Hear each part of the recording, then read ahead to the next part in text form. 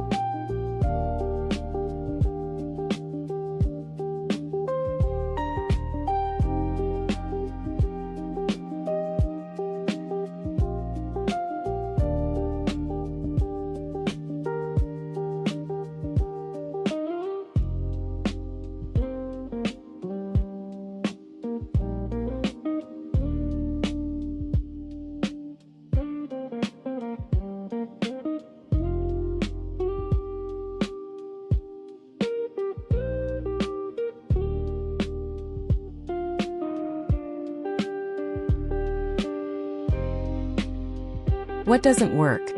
I think we should immediately offer discounts and run influencer ads, or lay off part of the sales team to cut costs. Jumping to shallow solutions without diagnosing the problem. What works? Before I recommend anything, I'd split profit into 2 components: revenue and costs. Could you clarify, is the 15% drop driven by falling revenue or rising costs? If revenue, is it average order value or order volume? Breaking the problem down, forming hypotheses. 3. Describe a time you made a bad decision.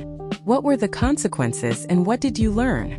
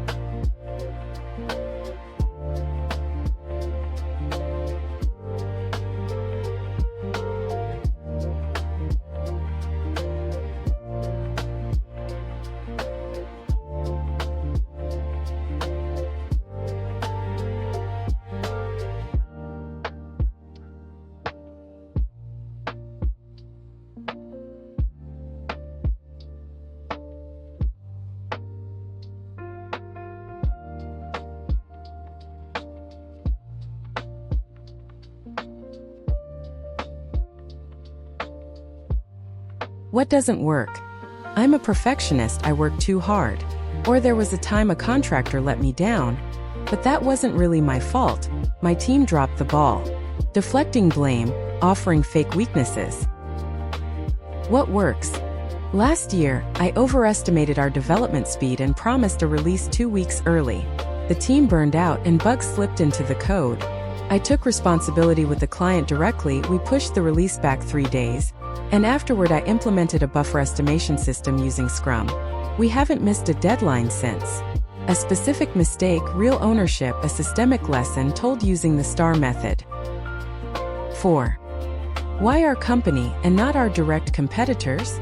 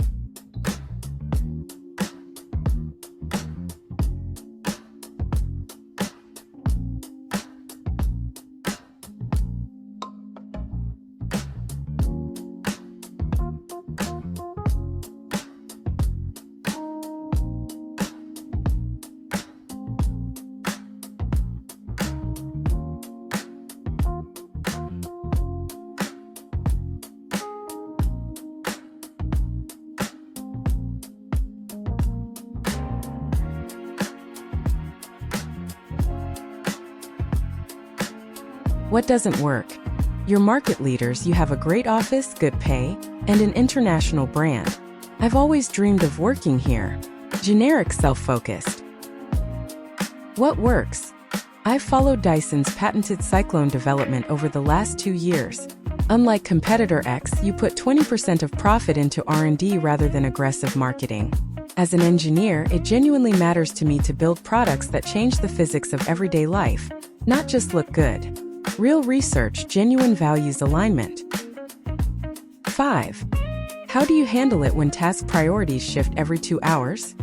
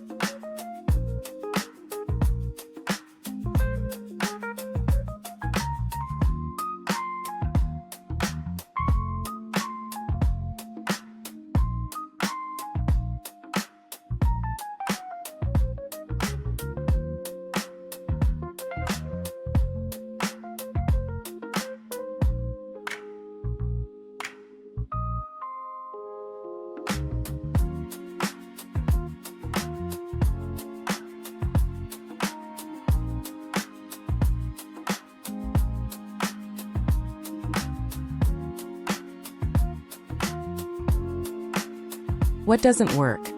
I just do whatever I'm told, or I end up arguing with managers because it's impossible to work like that. Passivity or conflict? What works? I log every incoming request in a single backlog. When priorities shift, I go to the stakeholder with, if we take on task B in this sprint right now, task A slips 3 days. Are we confirming that trade-off? This removes the chaos and hands control back to me. Managing expectations and priorities directly. 6. Give an example of convincing a team or lead who disagreed with your idea.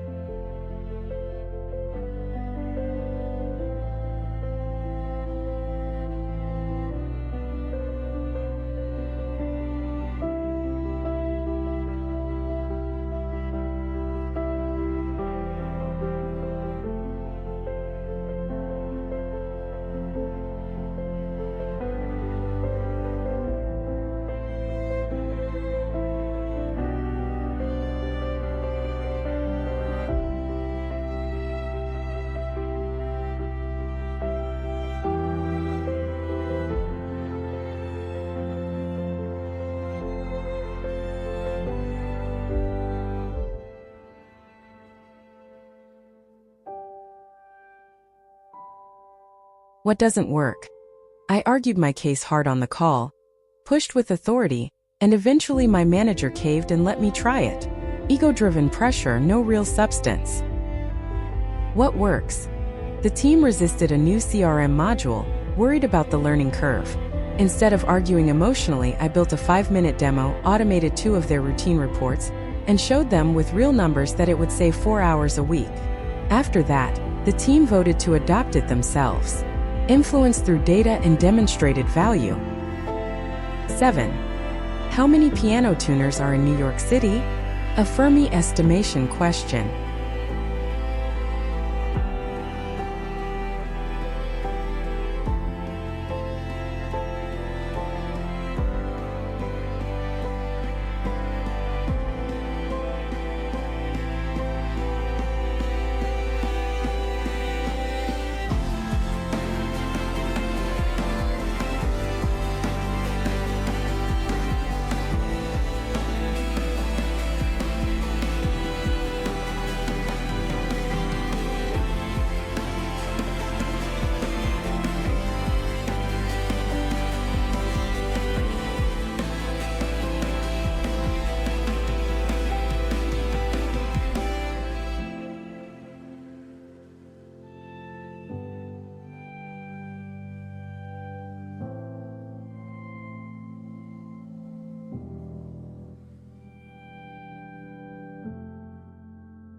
What doesn't work?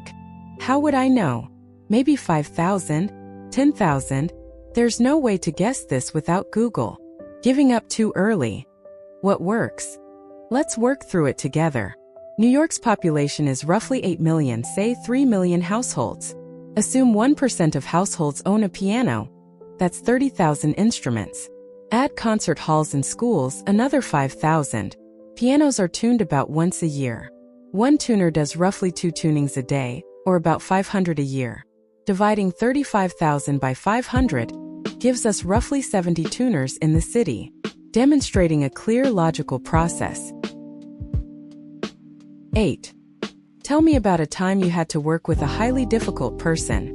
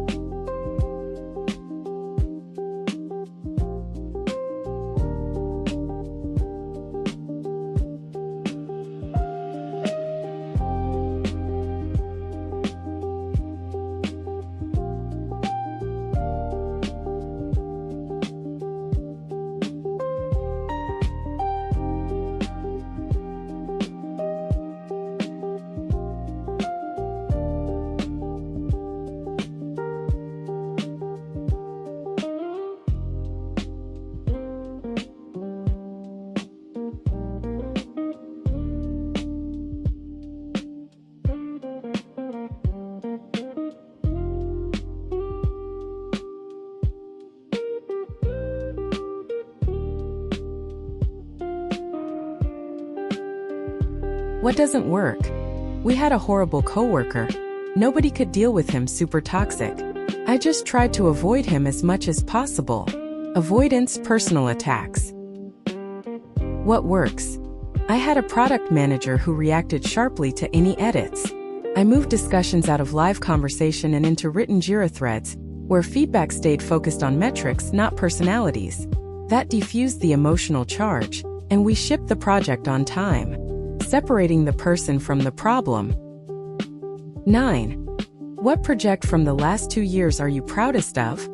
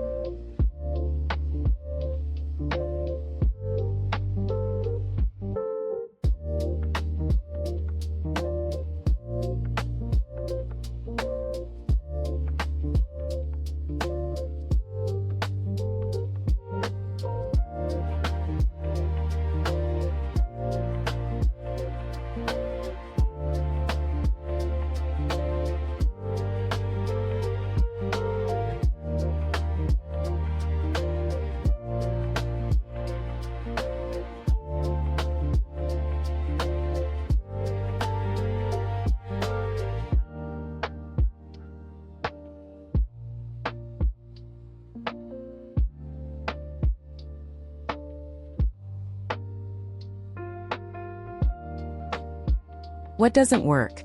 We built a really beautiful website, spent 6 months on it, the whole team loved the design. Focused on process and aesthetics, no business outcome. What works? I led the redesign of our lead capture form. My specific contribution was resegmenting users and cutting form fields from 8 down to 3. That lifted our conversion rate by 34%, adding roughly $120,000 in annual recurring revenue. Personal contribution tied directly to business metrics. 10. What would you do if 3 months in the work doesn't match what was discussed in the interview?